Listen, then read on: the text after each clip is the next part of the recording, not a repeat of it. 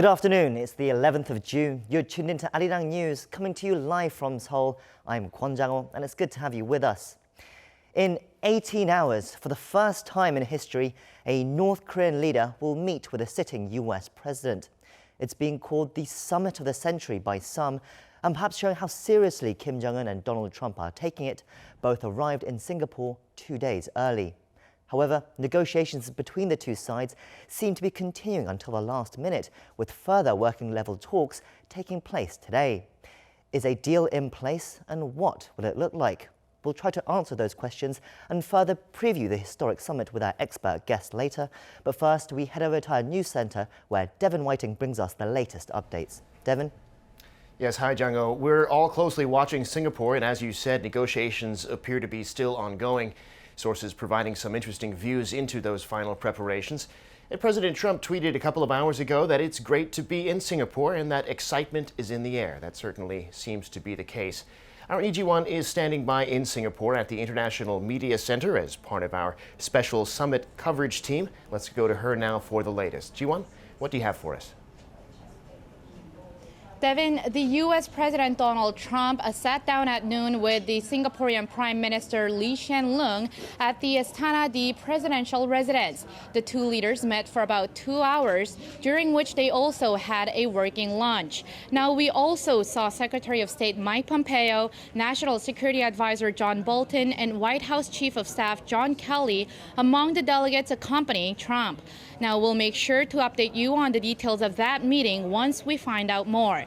Now, we are told that the U.S. team will hold a press briefing at 5 p.m. local time at the White House Press Center set up at Singapore's JW Marriott Hotel. That's 2 hours from now. Now, we'll be hearing from administration official, and many are guessing that it could be about the latest developments from this morning's prep talks.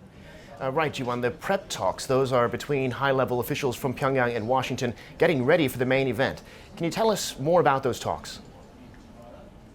Sure, Devin. On the U.S. side is the American ambassador to the Philippines, Sung Kim, who is also a former nuclear negotiator. And on the North Korean side is the Vice Foreign Minister, Choi Sun-hee.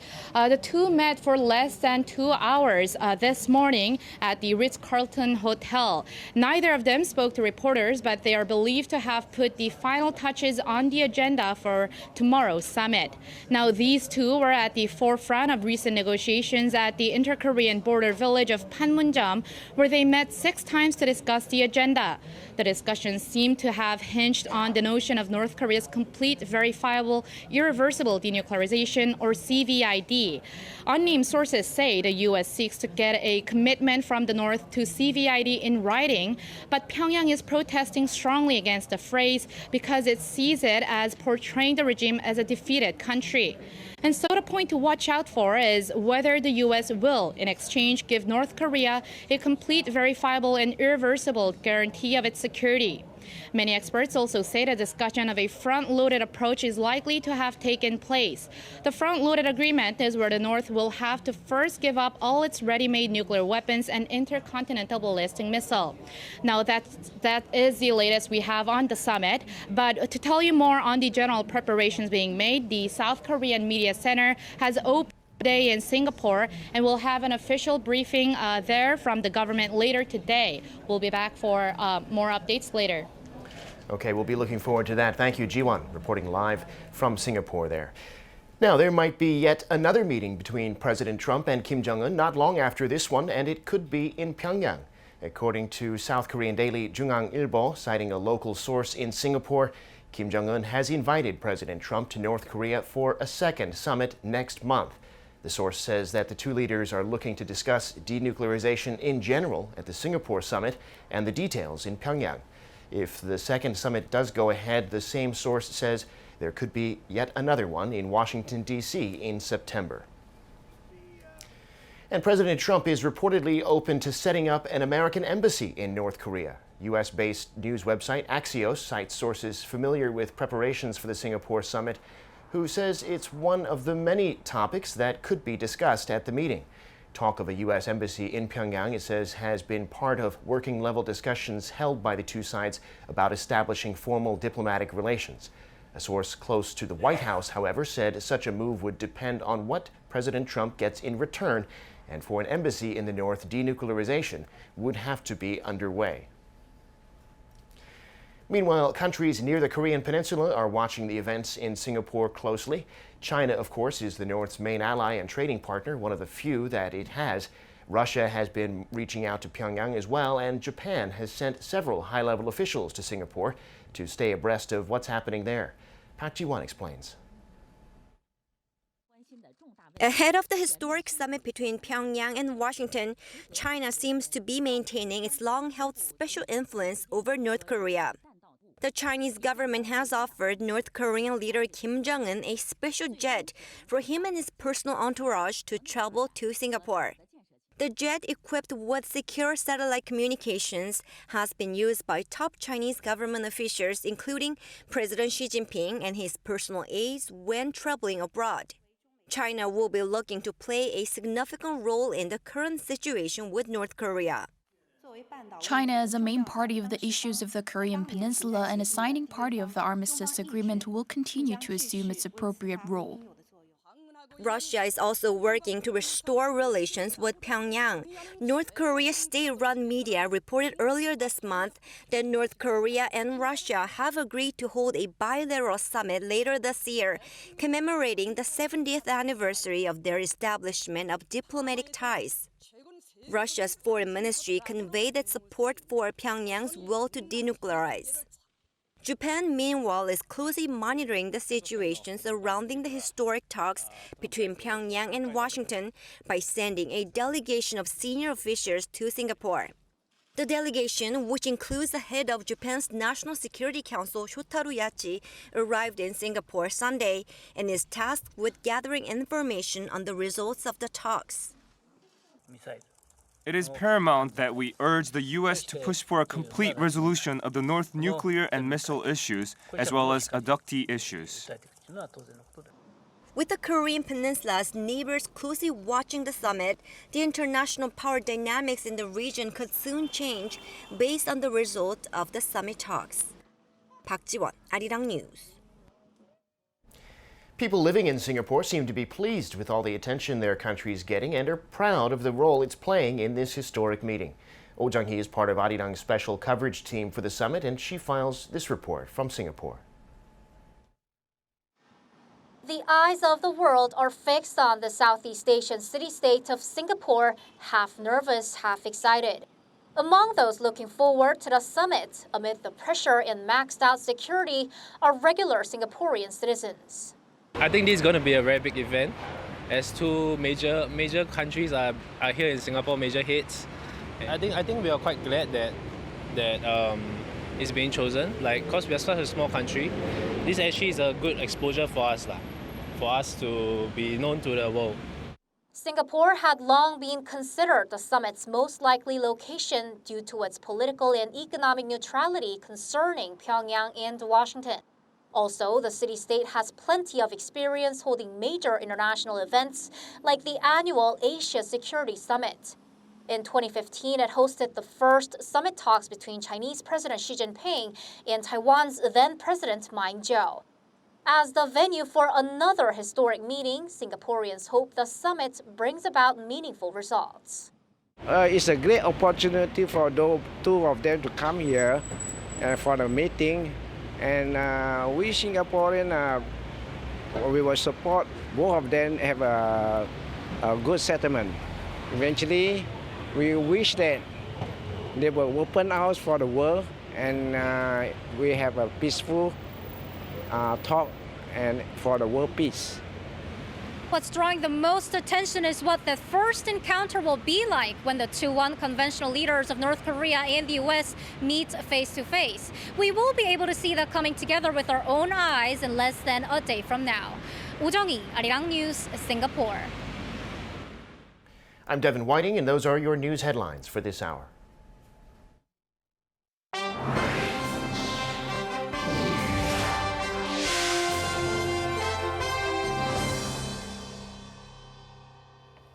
The leaders of North Korea and the US are both in Singapore for the big summit tomorrow. They arrived 2 days early, seemingly to prepare for the unprecedented meeting. Kim Mo-kyun has more details on their arrival to the island state. 2 days ahead of the historic North Korea-U.S. summit, the leaders of both North Korea and the United States arrived in Singapore on Sunday.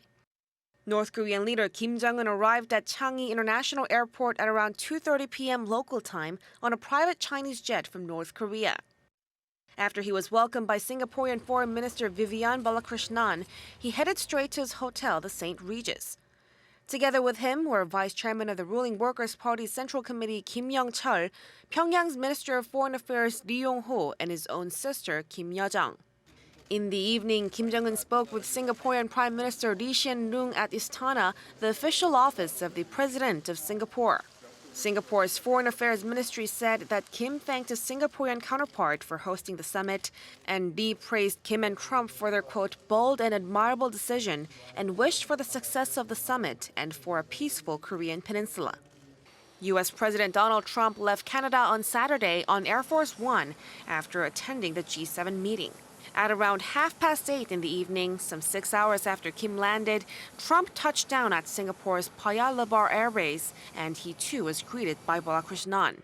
On board with Trump were Secretary of State Mike Pompeo, National Security Advisor John Bolton, White House Chief of Staff John Kelly, and White House Press Secretary Sarah Sanders. The following day, President Trump also met with Prime Minister Lee Hsien-loong for talks. The detailed schedules of the two leaders have not been released yet, but there's speculation that the summit will not take that long, as Reuters reported that the North Korean leader is tentatively scheduled to depart Singapore at 2 p.m. local time on Tuesday, which would be just 5 hours after his historic meeting with Trump, which starts at 9 that morning. Kim Mo-kyun, Arirang News. Now, to discuss these final developments that are coming out of Singapore before the big day, we have with us Professor Kim Hyun-wook from the Korea National Diplomatic Academy. It's good to have you with us again, Professor. Thank you. Now, Kim Jong-un and Donald Trump arrived on Sunday quite a bit earlier than previously we'd expected. What do you make of the fact that they came so early? Well, I think the current level of negotiations and agreements in a working level has not been really close yet, I don't think. I mean, they have been talking and talking. Kim Young-chul's letter to Donald Trump made some breakthrough that would move forward the negotiation in the working level. But I don't think there have been agreement in a very important issues yet. So I think the working level people, I think they have arrived on 9th, and two presidents have arrived in Singapore on 10th. So I think they have been talking and discussing. Even now, I think they're working about how to make a draft much more refined until the summit, I think. So maybe they come and right with the two presidents, there might be more close talks and negotiation possible. I think that's the reason why they came earlier. We'll go on to those negotiations in just a bit. But first, Kim Jong-un's movements. There was a lot of focus on how he was going to come to Singapore, when he was going to come, but a lot of it was very much shrouded in secrecy, and there was also a lot of red herrings to put us off our scent. There were supposedly 3 planes that were supposed to come. We didn't know which one he was on. Do you think there was a reason why he ended up doing it this way? Do you think there was trying to put the international media off their scent? Yes, I think this is the first time trip to a foreign country, except for China, for Kim Jong-un. I think he might have worried a lot about his security issues. Of course, he chartered an airplane from China. I think North Koreans are very self-confident and proud, and there's many experts have predicted that Kim Jong-un will take his own airplane, not Chinese airplane. But I was thinking, what is more important? That pride is more important or security is more important? I think security is more important. I mean, North Korean leader Kim Jong-un's airplane, it's been told, I think it has been made in 1955, and there might be possibility, even though very low, of airplane collapse in the middle of flying from Pyongyang to Singapore. And also you mentioned that there have been 3 airplanes which have took off with 1 hour interval. So after one airplane took off, after 1 hour there has been another airplane that has took off. So made a lot of people in national aviation confused of which one is the one that Kim Jong-un is riding. So all this kind of thing, even after he has landed at Changi Airport, he nobody, I think, no reports, media reports have cut a scene of Kim Jong-un moving into the hotel from his limousine. So I think all these things are kind of a proof that he is really worrying and concerned about the security of himself, I think. But isn't it slightly almost embarrassing that Kim Jong-un and North Korea have a multi-billion-dollar nuclear missile plan, but no plane for him to get from North Korea to Singapore? Isn't that, for a regime like North Korea and for a leader like Kim, how would that be viewed in North Korea? Well, I think that would have some kind of strategic, purpose. I think, borrowing and chartering the airplane from China, I think that will give some message to the United States and China altogether. To China, okay, you're worrying about, excluded from the, the declaration of the end of Korean War. There have been a lot of rumors and messages by especially South Korean government about that 3 countries, South Korea, North Korea, and the U.S. declaring the end of Korean War someplace, maybe Singapore, which I don't think is unlikely. And China is really worrying about that and trying to put stronger ties with North Korea, worrying about depriving North Korea, a very important buffer state to the United States. So I think this is a very clear message that, okay, North Korea, China is still very important countries, good relations, but at the same time, good messages to the President Trump. Okay, my backup is China. Okay, if you turn down the offers and proposals of North Korea, do not come up with a very happy agreement, I think China would be an important support country to North Korea. This is a very clear message and very good leverage to deal with President Trump at the negotiation table, I think. So quite a political message. Now, going to Donald Trump, he also arrived on Sunday evening. Before he departed, though, where he left the G7 summit in Canada, he said he would know in 1 minute whether the summit with Kim would be successful once he's met him. What do you make of those remarks? You don't think the meeting will end in 1 minute, do you? Well, he always made this kinds of messages. I mean, he is trying to show to the international community that he is someone different from other previous presidents. He knows how to deal with, counterparts. His masterpiece of, negotiations and deal making. And that kind of message is given at this time that, okay, in 1 minute, I know whether Kim Jong-un is ready to make a serious and sincere deal with him or not.